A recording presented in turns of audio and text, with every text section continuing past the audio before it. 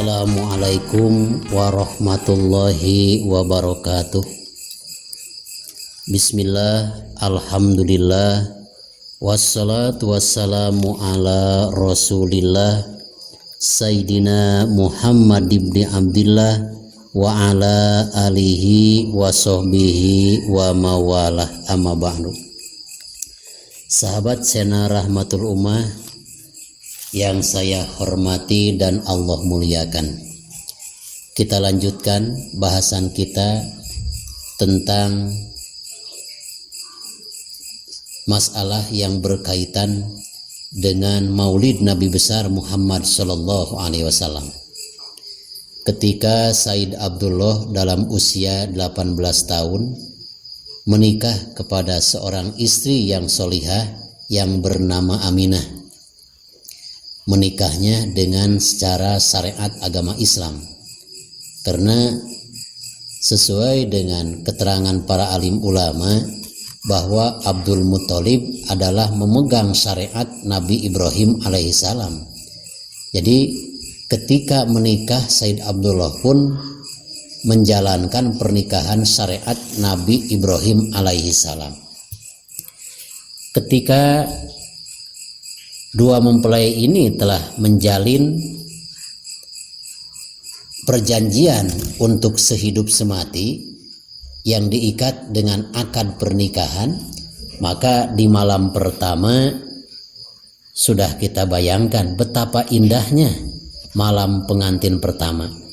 Begitupun yang terjadi pada Said Abdullah dan Siti Aminah. Said Abdullah seorang pemuda yang tampan sehingga mendapat julukan yaitu Misbahul Haram, lampunya kota Mekah. Karena apa? Berjalan di malam hari tidak terasa kegelapan. Karena apa? Dari keningnya keluar cahaya. Setelah mempergauli istrinya Siti Aminah pada malam pertama pernikahan, maka beralihlah cahaya tersebut pindah ke Siti Aminah.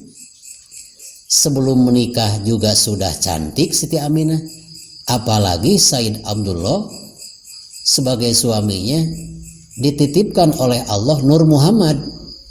Lalu setelah bersetubuh, pindah Nur Muhammad tersebut ke Siti Aminah, bertambahlah kecantikannya. Maka ketika Siti Aminah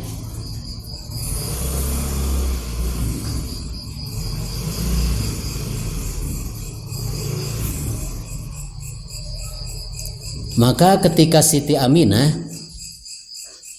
mengalami kehamilan selama 9 bulan, setiap bulan itu didatangi seorang nabi, walaupun dalam mimpi. Yang pertama yang datang pada usia kehamilan Siti Aminah bermimpi didatangi oleh Nabi Adam alaihissalam. Dan Nabi Adam alaihissalam memberitahukan bahwa Siti Aminah, wahai Aminah, engkau adalah sedang menghamilkan seorang janin atau seorang bayi yang kelak akan menjadi makhluk yang termulia di hadapan Allah. Usia kehamilan Siti Aminah yang kedua bermimpi bertemu dengan Nabi Idris alaihissalam.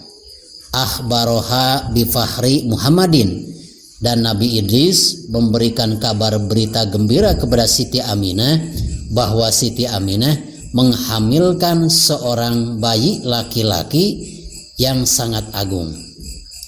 Dan perlu kita ketahui bahwa Nabi Idris alaihissalam adalah manusia pertama yang menjahit pakaian, orang pertama yang membuat jarum untuk menenun kain. Nah, sebab kemungkinan besar zaman sebelum Nabi Idris, orang itu berpakaiannya mungkin dengan kulit kayu. Lain lagi ketika sudah memasuki zaman Nabi Idris. Ada jarum tenunnya, kalau sekarang lebih canggih. Ada mesin jahit dan mesin obras dan lain-lain. Itu adalah cikal bakalnya alat jarum untuk menenun kain adalah Nabi Idris yang pertama. Ketika usia Siti Aminah kehamilannya mencapai 3 bulan, bermimpi bertemu dengan Nabi Nuh alaihi salam, dan Nabi Nuh alaihi salam memberikan kabar berita gembira, annaha qad hamalat bisohibin nasri wal futuh.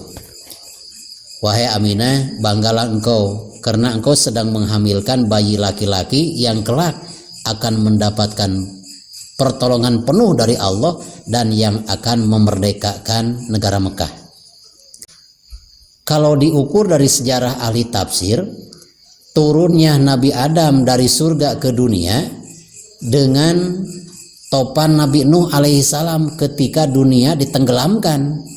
Jarak turun Nabi Adam dengan topan Nabi Nuh ini berjarak antara 1642 tahun.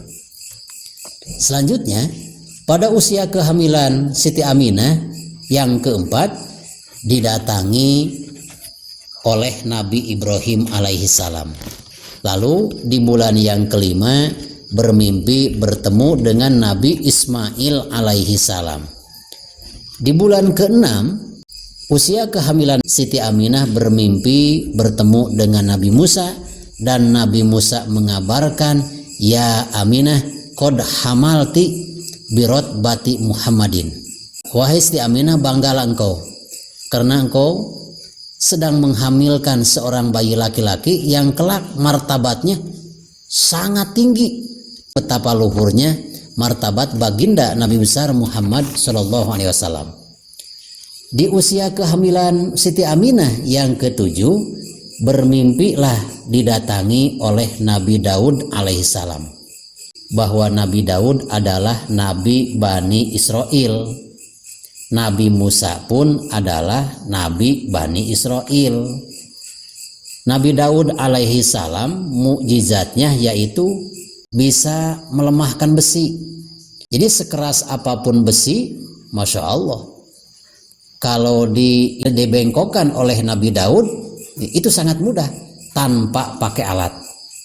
Karena aneh juga, besi besar bagaimanapun, Nabi Daud badannya tidak begitu tinggi, badannya kecil itu Nabi Daud, tapi mukjizatnya bisa melembekkan besi.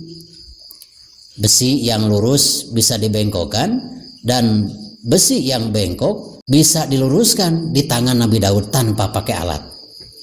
Lalu pada usia kehamilan ke-8 bulan, Siti Aminah didatangi oleh Nabi Sulaiman alaihi salam, dan Nabi Sulaiman alaihi salam memberikan kabar berita gembira, ya Aminah innaki qad hamalti bin nabiyyi akhir zaman.